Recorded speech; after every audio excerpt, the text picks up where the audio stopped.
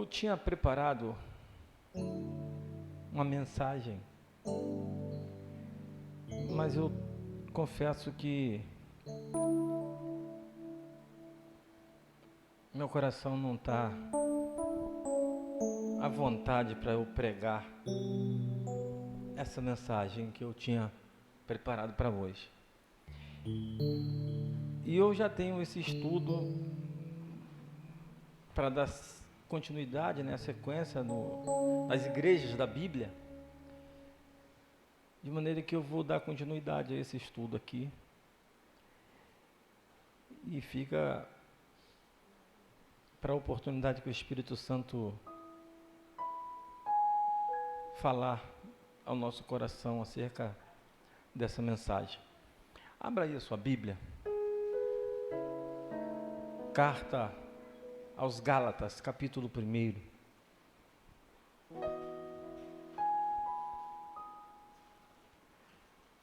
Carta aos Gálatas, capítulo 1.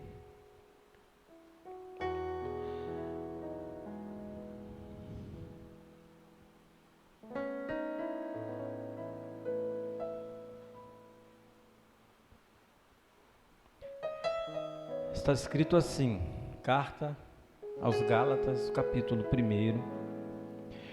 Vamos fazer uma leitura longa, do verso 1, versículo 1 ao versículo 17.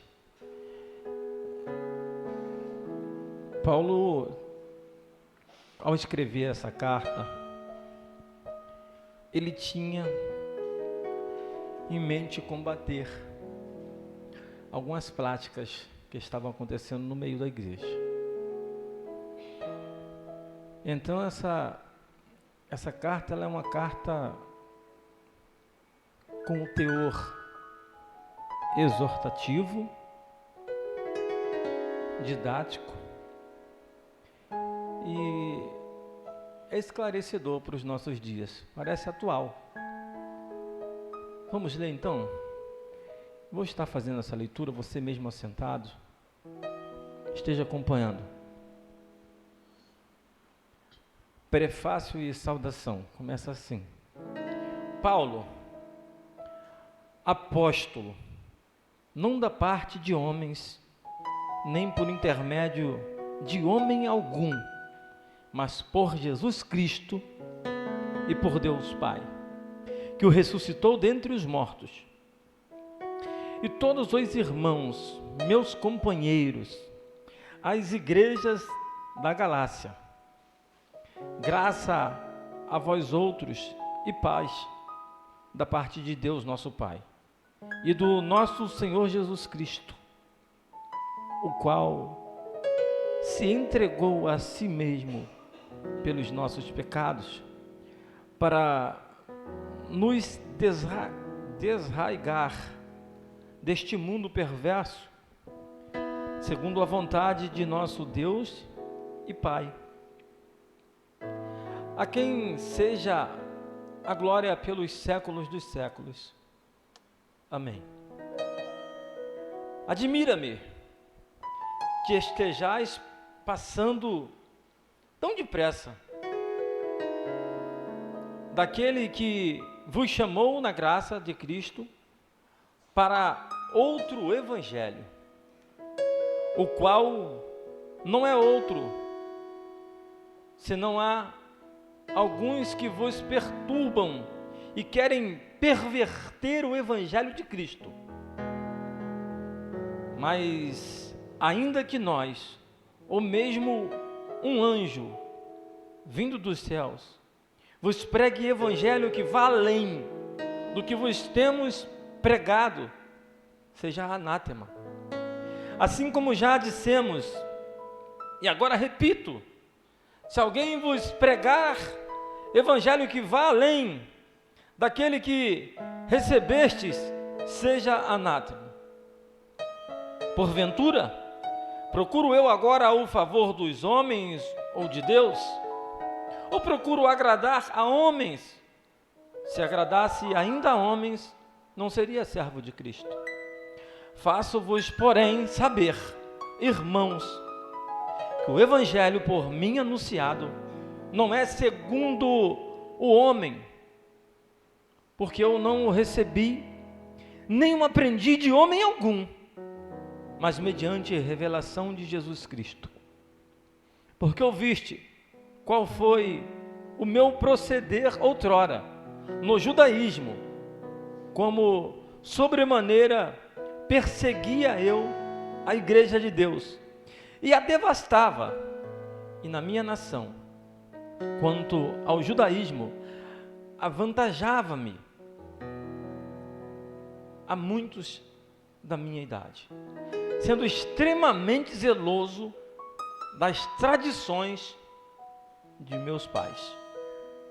Quando, porém, ao que me separou antes de eu nascer e me chamou pela sua graça, aprouve revelar seu Filho em mim, para que eu o pregasse entre os gentios, sem detença, e nem consultei carne e sangue, e nem subi a Jerusalém para os que já eram apóstolos antes de mim, mas parti para as regiões da Arábia e voltei outra vez para Damasco. Como havia dito, esse texto ele é de fato uma carta fora da curva para o apóstolo Paulo. Existem algumas observações a serem pontuadas. Que existe um grupo de teólogos que vão defender de que Paulo está escrevendo essa carta aos Gálatas, que se destinavam ao lado norte da Galácia.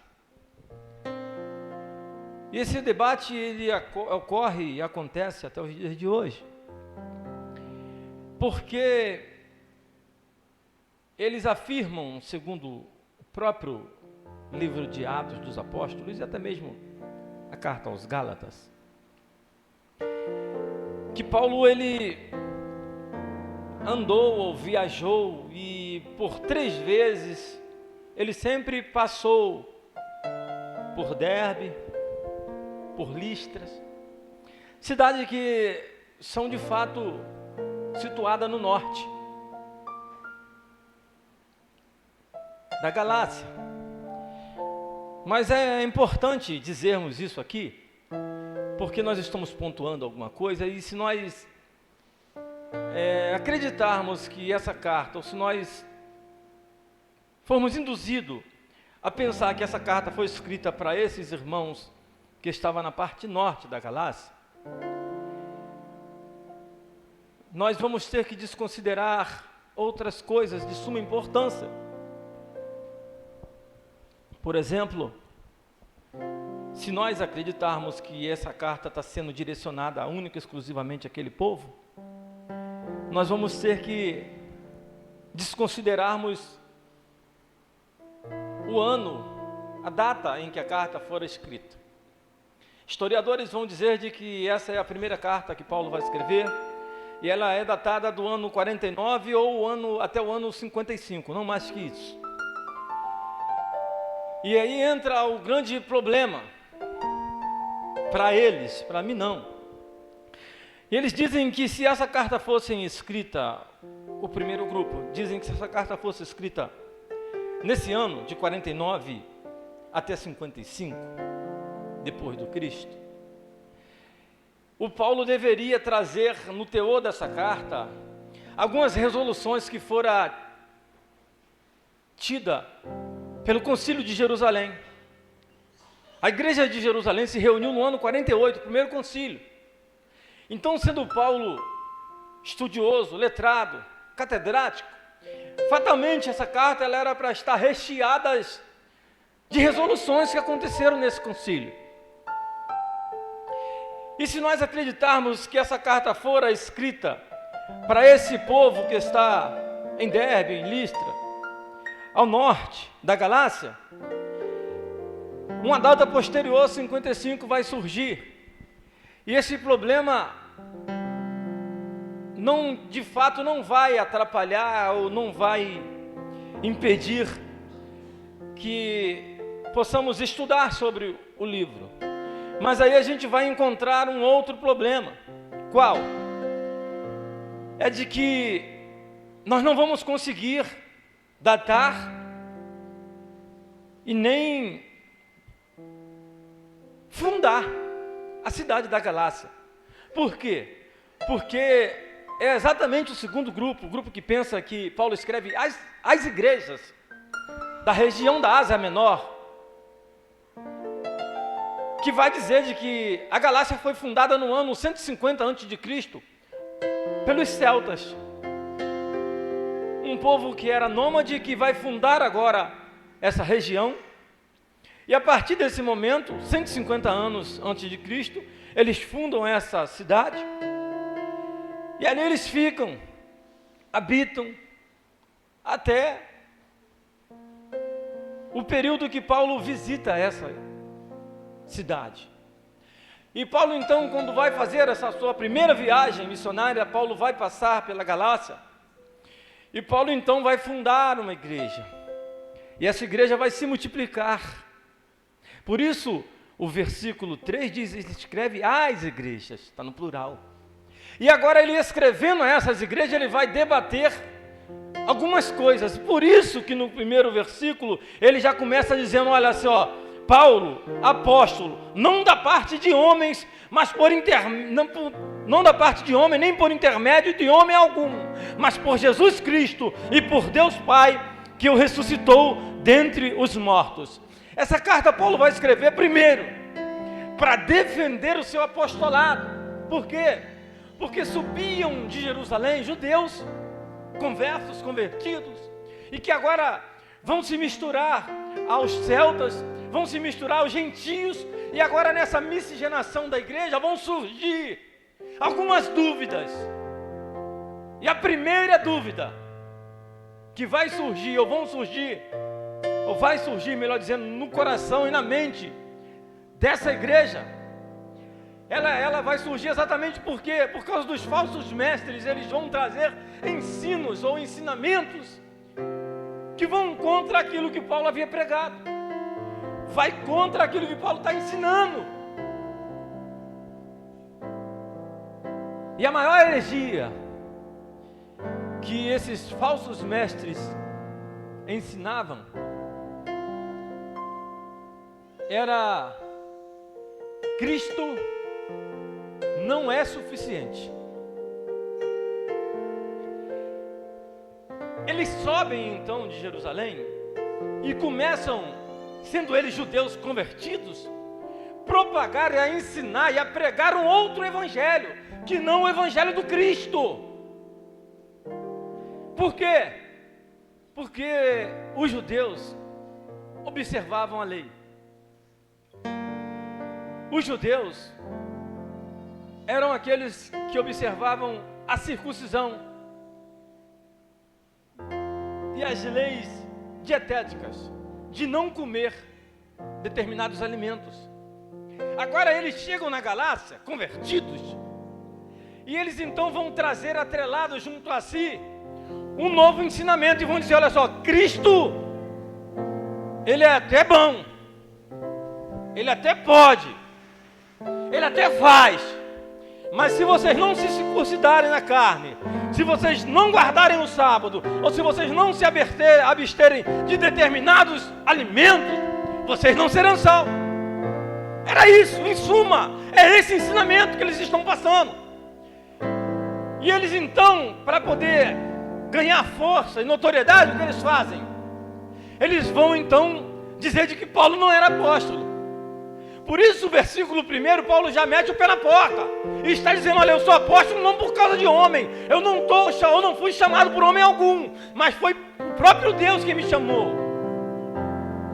A igreja da Galácia então ela está crescendo, está expandindo, só que quanto mais longe de Jerusalém, mais difícil é de passar os ensinamentos. Quer ver uma coisa? O Paulo sabia o que era costume, o que era prática e o que eram os dogmas. E essa confusão, ela já acontece aqui. O apóstolo Paulo, ele está trazendo à baila, trazendo para discussão, para o debate, assuntos que está inserido dentro dessas igrejas e estão lá única e exclusivamente para destruir a igreja. Quando eu disse que parece atual demais essa carta, eu não estava brincando. Aspas, quantas igrejas por aí pregando um evangelho que não é o evangelho do Cristo, com uma série de práticas em nome do Cristo. Talvez você conheça alguma, dizendo de que essa prática ela é para dar mais força, ou é para dar mais credibilidade à palavra. Existem igrejas, aspas, que dizem que se não tiver uma prática de jejum, a vida da pessoa ou a vida da igreja, da família dessa pessoa, está arruinada, não vai à frente. E uma vida de oração, uma vida de consagração, ela é muito boa para mim e para você, não para Deus. Não tem nada a ver. E então, hoje quando eu olho para essa carta, eu olho para algumas igrejas e vejo algo que eu acho pertinente falar aqui. E você que está em casa, acompanhe isso. Porque nós não pintamos as paredes de preto, mas nós temos palavra. Nós não temos jogo de luzes, nem show pirotécnico, nem fumaça, mas nós temos palavra.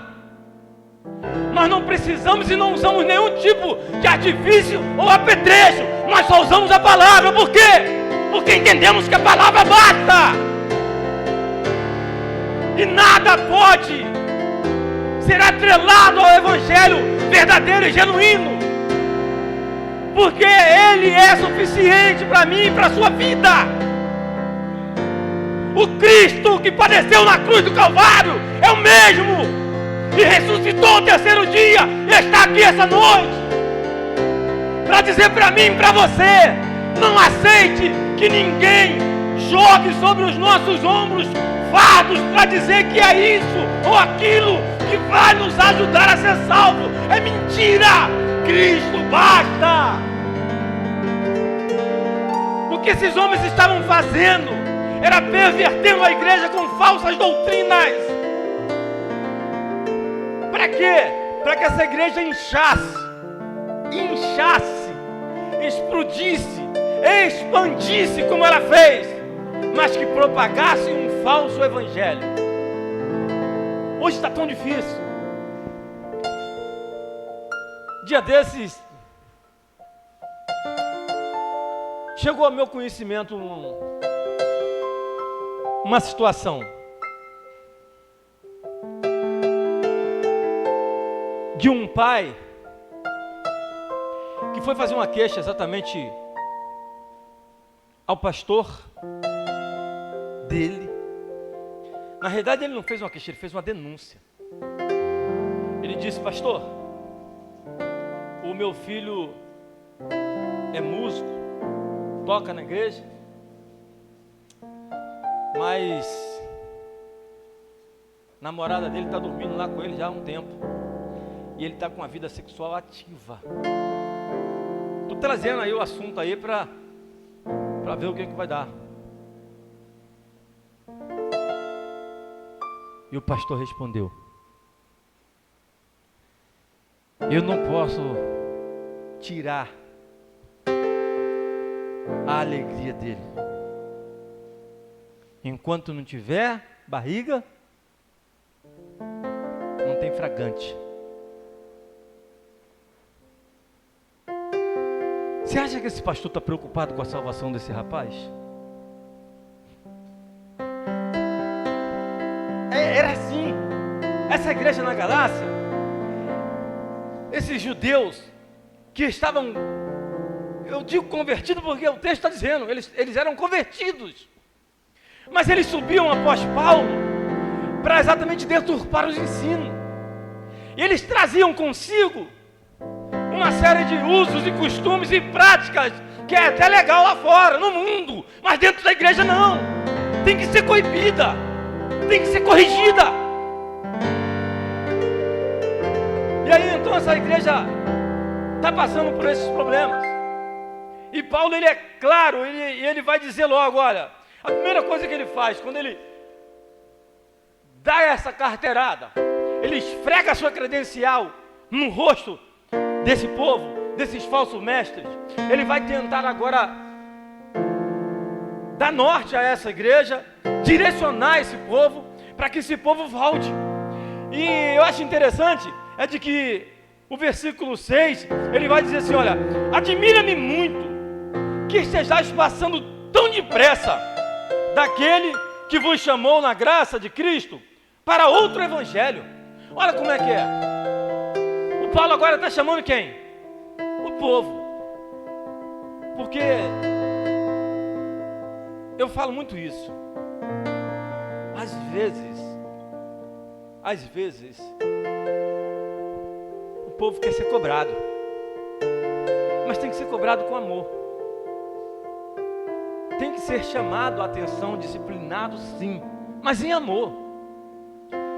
E o Paulo agora, ele fala assim, olha, admira-me muito que vocês estão passando tão depressa para o outro lado. Sabe por quê? A facilidade que a igreja da Galácia estava oferecendo a esses irmãos, não tinha normas. E aí dizia assim, não, pode, isso pode. Guardou o sábado, não comeu porco. Se você não está fazendo isso, a graça vai te ajudar. E aí, infelizmente, o que estão fazendo com a graça do nosso Senhor por aí é vergonhoso. Porque se você não pode apontar o erro, agora se você for chamar um irmão para falar de alguma coisa que ele está fazendo de errado, ele diz logo, ó, não me julgue. Aí agora tem um chavão, não julgueis para não ser julgado, é texto bíblico. Por que eles dizem isso? Porque eles estão sujos. Só que eles não conseguiram tomar conhecimento do erro.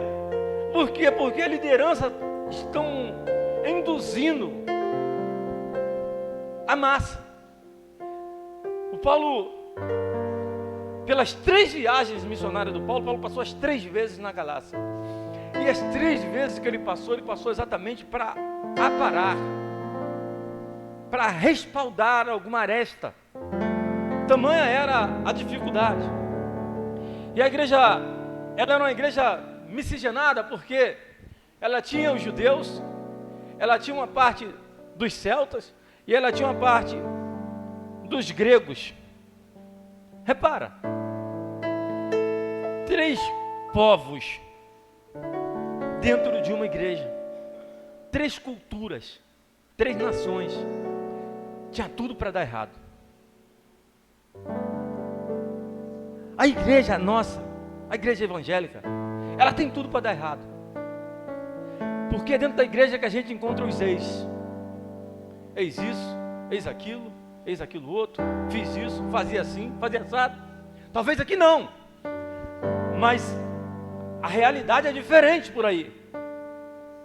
E aí, quando se junta pessoas com culturas diferentes, com criação diferente, fatalmente vão surgir problemas dentro dessa igreja. Mas entenda de que a igreja nada mais é que uma família de muitos irmãos, e que sempre tem problema. A família que tem muitos irmãos tem problema. Lá em casa chegou uma época não, né? Mas éramos 9 irmãos. 2 morreram bebê, 3 morreram bebê. Mas imagina, e tinha um negócio. Alguém aqui sabe o que é bacia? Sabe não, né? Bacia, sabe, ó. 2, 3, 4, sabe? Não, você chegou agora, você sabe mesmo. Aí, eu era o segundo. Então minha mãe mandava a gente dar banho nos mais novos, nos menores. Meu pai trabalhava e a gente tinha que dar banho nos pequenos. Falava assim, os grandes cuidam dos pequenos. A gente enchia a bacia de água e ia dar banho de 5 crianças. Só que eu tinha 10 anos, 11. De maneira que a gente fazia isso porque isso era um costume de lá do norte.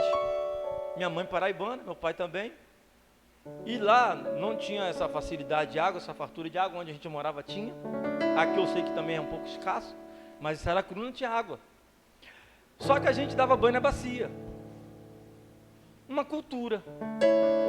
E aí a gente enchia a bacia, começava a dar banho. Começava pelo menorzinho.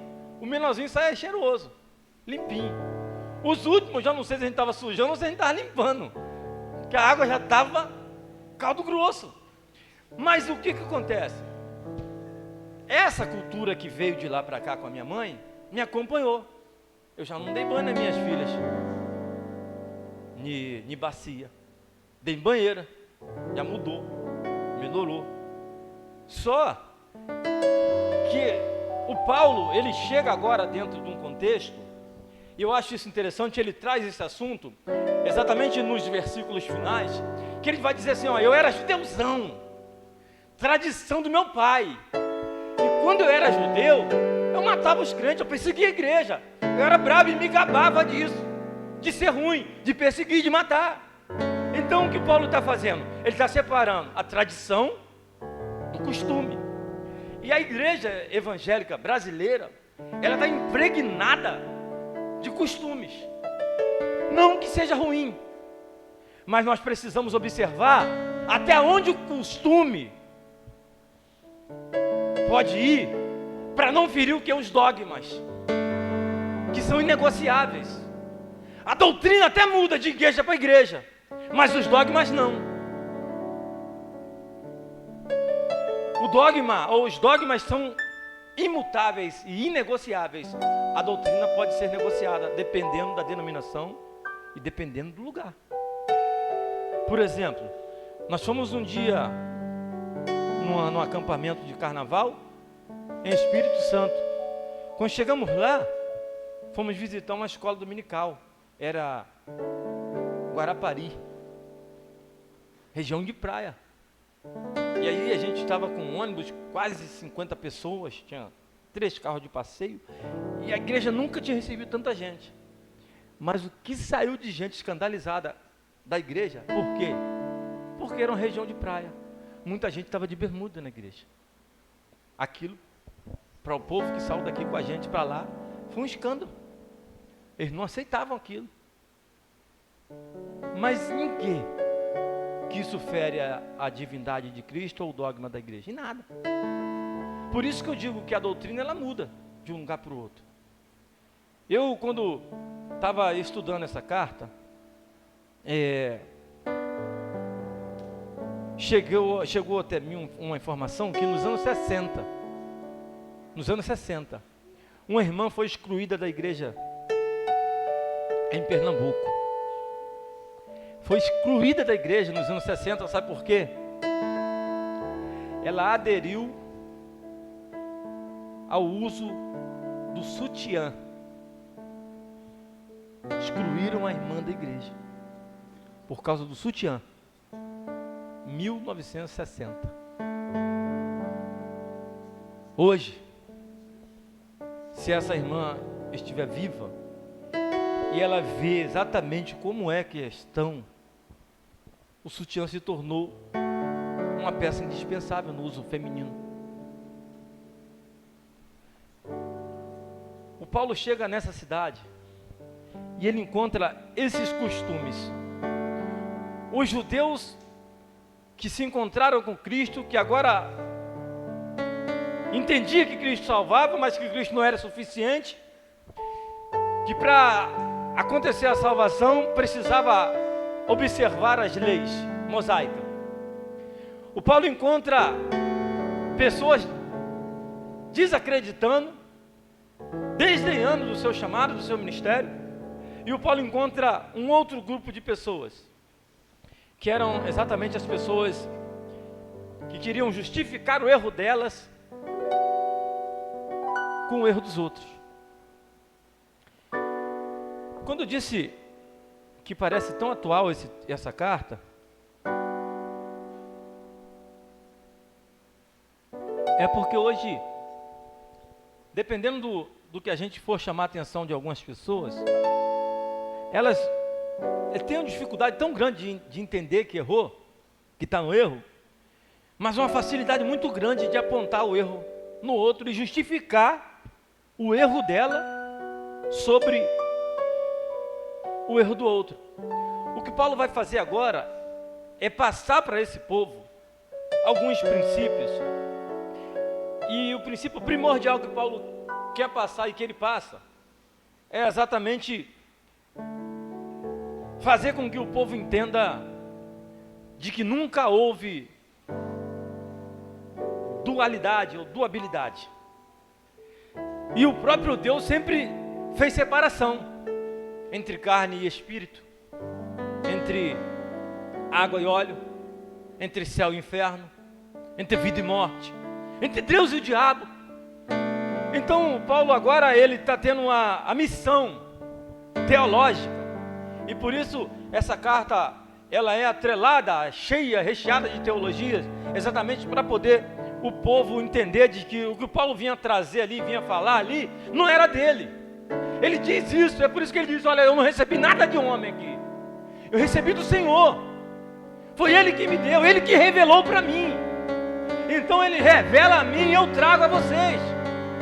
O Paulo está com a missão, nós poderíamos chamar de missão impossível, é tirar da mente desse povo essa facilidade que estava sendo pregada, estava sendo distribuída, para que eles entendessem que eles só precisavam de Cristo. A graça basta, não precisa de obras. Tudo isso que eles estão ensinando são as obras, a graça nos basta.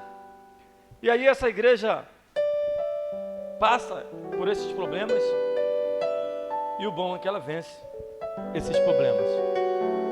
Ela vence esses problemas observando o conjunto de doutrinas. Ela vence esses problemas entendendo de que a doutrina é sã,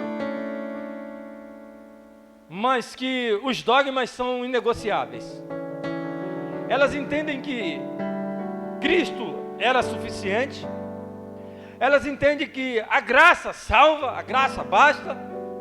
E aí elas vão expandir agora.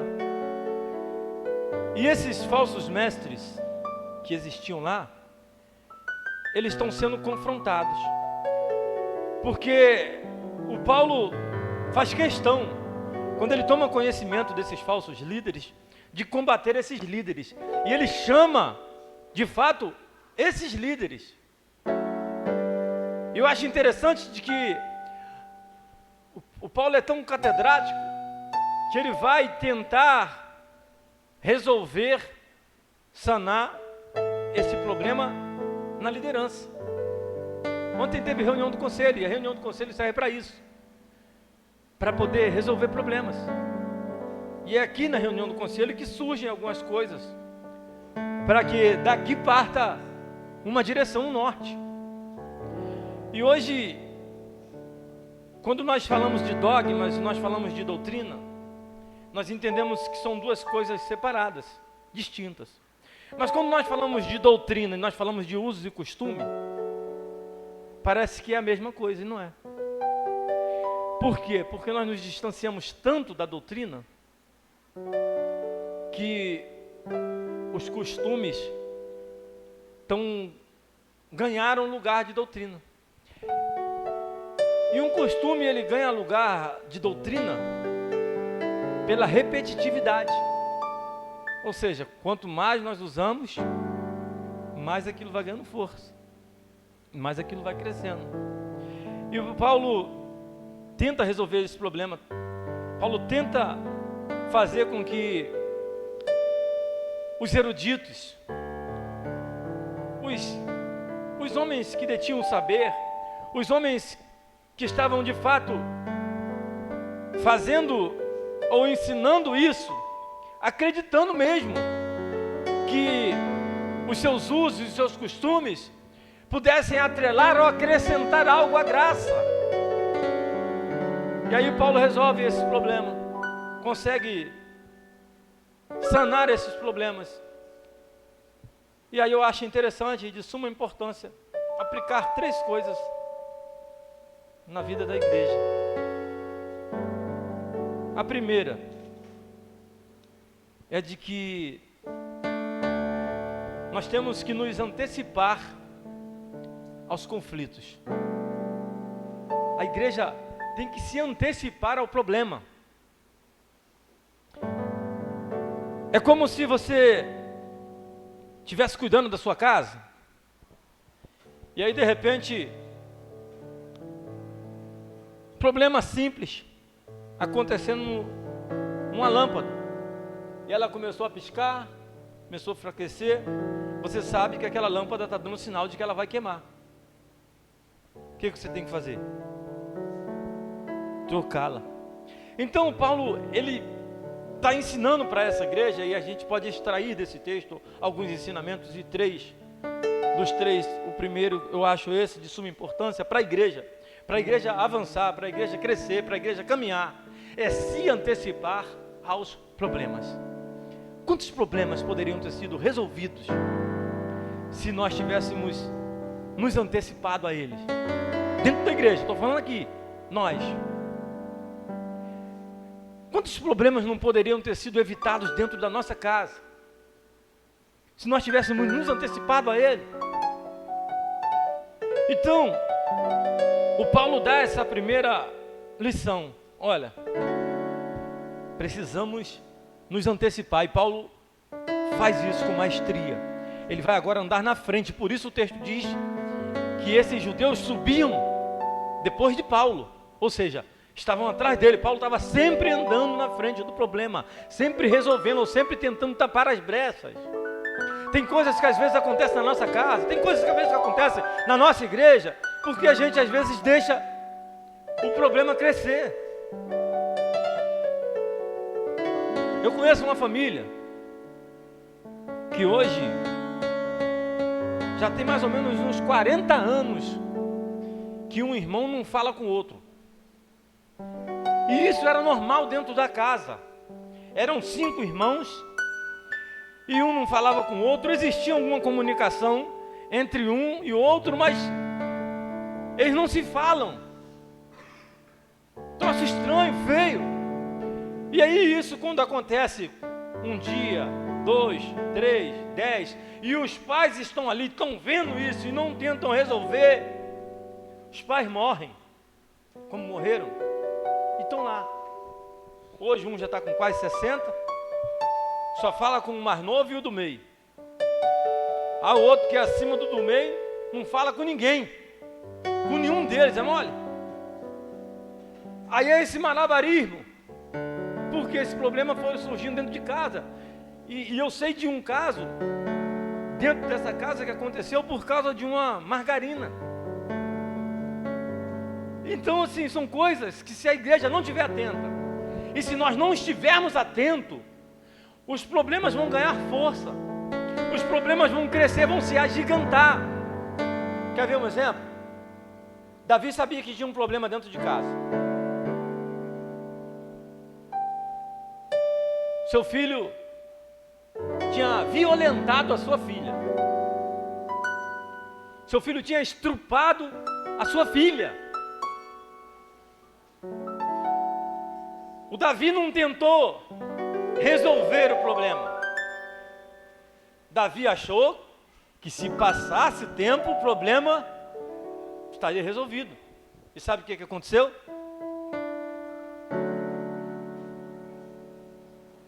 Um irmão mata o outro. Depois, esse irmão tenta usurpar o trono do pai, porque entendeu que não existia autoridade de pai, existia uma autoridade de rei, mas não de pai dentro de casa, porque não foi capaz de resolver um problema. Ou melhor, não tentou resolver o problema. A igreja de Cristo, ela tinha tudo para dar errado, mas ela está de pé, ela está viva. Primeiro porque Cristo é o cabeça. E segundo é porque quando os problemas aparecerem, nós vamos ter que resolver esse problema. Como disse aqui o Alain, o problema não foi feito para ser administrado, foi feito para ser resolvido. E a segunda coisa, é se antecipando ao problema, nós vamos aprender o segundo, que é exatamente a gerir os conflitos. Existem igrejas, existem ministério grande, que tem tanto problema dentro da igreja, tanto problema, que não poderia nem ser chamado de igreja, porque os conflitos estão lá acontecendo dia e noite, o problema está ali, e aí um acha que se canta mais do que o outro, um outro acha que se toca mais do que o outro acha que se prega mais do que o outro, e aí é essa competição dentro da igreja. Quando Paulo diz que a gente precisa nos antecipar ao problema, é exatamente para aprender a resolver eles. E aí a gente resolve o problema sentando e conversando. A gente resolve o problema trazendo, fazendo acariações. Essa igreja, ela só virou uma potência, não foi porque ela era a primeira. Aqui ela já tinha multiplicado e os problemas eram maiores. Só que Paulo entendia de que se ele andasse na frente, se ele antecipasse o problema, quando o problema viesse a acontecer, não acontecia tão grande, ficava mais fácil de resolver. O Davi, quando ele não resolve ou não se antecipa um problema dentro de casa, ele não consegue resolver o conflito. E aí a segunda lição de Paulo dá exatamente essa: se nós não aprendemos a antecipar, andar na frente do problema, nós não vamos conseguir resolver, ou nós não vamos aprender a resolver conflitos. Agora a gente vai para a escola, chega na escola, a professora começa a ensinar uma coisa aqui, outra ali, outra lá, e lá na frente isso vai fazer sentido. Por quê? Porque aprendemos lá atrás. E a terceira e última coisa, ainda dentro do conflito, deixa eu falar, já falei de Davi, então vou falar de Jacó. Tanto Davi quanto Jacó sabiam que existiam problemas dentro de casa. O Jacó, a Bíblia diz que ele amava o José. Amava, mas não cuidava. Amava, mas não protegia. Porque se ele protegesse o seu filho, ele não teria mandado o filho ir ver como estavam os irmãos. Ele mandava um serviço tal, ele tinha muitos. Mas ele manda quem? José. Ah, está tudo dentro do propósito de Deus, beleza, amém. Só que nem tudo que acontece na nossa casa é vontade de Deus. Entra a vontade permissiva. Ele permite. Porque às vezes entra para chacoalhar a nossa casa, para nos acordar, para nos tirar do conforto, do comodismo. Então Jacó, se ele tivesse gerido esse conflito dentro da sua casa, o Zé poderia até chegar no Egito, mas não ia chegar por essas vias dolorosas, sendo traído, vendido pelos próprios irmãos. E a terceira coisa, a primeira, a igreja na Galácia, ou as igrejas na Galácia, o Paulo está ensinando que essas igrejas precisam se antecipar aos problemas. E o Paulo está dizendo, olha, uma vez a gente antecipando os problemas, nós vamos resolver os conflitos. E a terceira, se essa igreja se antecipa aos problemas, resolve conflitos, essa é uma igreja que vai à frente. É uma igreja que vai em frente. É uma igreja que caminha, que sabe de onde está saindo e aonde quer chegar. É uma igreja que não para. É uma igreja que não vai se deter às perseguições, às assombrações e às tribulações do mundo. Vivemos um dia, ou vivemos em dias, onde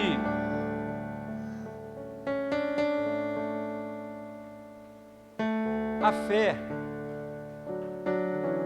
tem sido tão banalizada e negociada como mercadoria, que nós não conseguimos encontrar muita gente de fé por aí. A gente tem encontrado muitos supersticiosos. Em outubro agora, eu preguei isso. Acabou a eleição e as urnas apontaram como vencedor da campanha Luiz Inácio Lula da Silva. E aí uma irmã ficou muito chateada. E nós estávamos numa programação de SAF, e a irmã diz assim: e agora, pastor? O que vai ser de nós? O que vai ser da gente? É mole você ouvir isso da boca de um crente? E foi isso. Por quê? Porque o Lula ganhou uma eleição. São pessoas que estão dentro da igreja, mas que vieram para a igreja como estavam chegando esses judeus aqui e se juntando com prosélitos, ou seja, com pessoas convencidas, mas não convertidas a Cristo. E essas pessoas, na hora do embate, na hora que a coisa aperta, elas não sabem em quem crer. E eu lembro que eu disse nesse culto, eu preguei isso nesse dia. Eu disse: olha, para a minha vida, para a sua vida, para a nossa vida, para a vida da igreja, a palavra que vale não é a que sai de Brasília, é a que sai do trono de Deus. Então, para a nossa vida, toda palavra procede de lá. Aqui é só consequências, às vezes, de decisões erradas. A terceira coisa que essa igreja passou e passa para nós é de que ela não parou. Esses problemas foram resolvidos e as igrejas da Galácia expandiram, cresceram e agora crescem saudáveis e sadias, aprendendo a se antecipar aos problemas, aprendendo a resolver esses conflitos e seguindo, caminhando, andando à frente.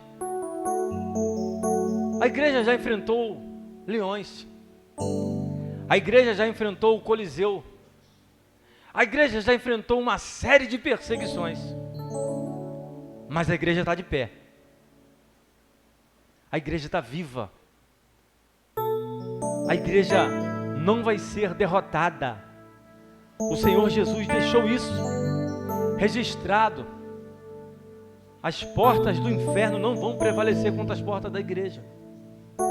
Portanto, eu não sei como é que você chega aqui nessa noite, mas se você entende que você é a igreja, provavelmente você está passando por problemas que você até viu, mas não resolveu. E isso agora cresceu, virou uma bola de neve, está maior do que você,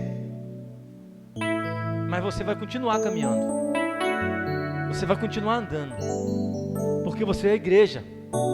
Você faz parte de um corpo que o cabeça venceu. Se o cabeça venceu, o corpo vence. Se o cabeça chegou, você vai chegar também. Então aprenda de que as coisas que possam estar acontecendo na sua vida, ela não chega para te destruir, nem para te derrubar. Ela chega para te fortalecer e te fazer crescer ainda mais. Porque você vai seguir. E você vai chegar aonde Deus disse que você chegaria. Porque nós pertencemos a um rei que nunca perdeu nenhuma batalha. Não duvide. Senhor Jesus é suficiente. Ele pode. Ele faz. Ele é. E não existe poder que possa parar a igreja do Senhor. Nós somos a igreja do Senhor. Ninguém vai nos derrotar. Ninguém vai nos deter. Ninguém vai nos parar. Levanta a cabeça. Sacode a poeira. E vai em frente. A igreja não vai ser vencida. Você não vai ser vencido. Nós só precisamos entender isso. Chega desse mimimi. Chega de se vitimizar. Eu não estou aqui desdenhando da sua dor. Eu não estou aqui desfazendo do seu problema. Eu não estou aqui dizendo que o que você está sofrendo ou está sentindo não era para sentir. Eu estou aqui dizendo para você que Cristo continua sendo suficiente para resolver tudo isso. E que nada pode parar a igreja. E nós somos a igreja. Nós vamos andar. E nós vamos vencer para a honra e glória do Deus que fez os céus e a terra. Coloque-se de pé.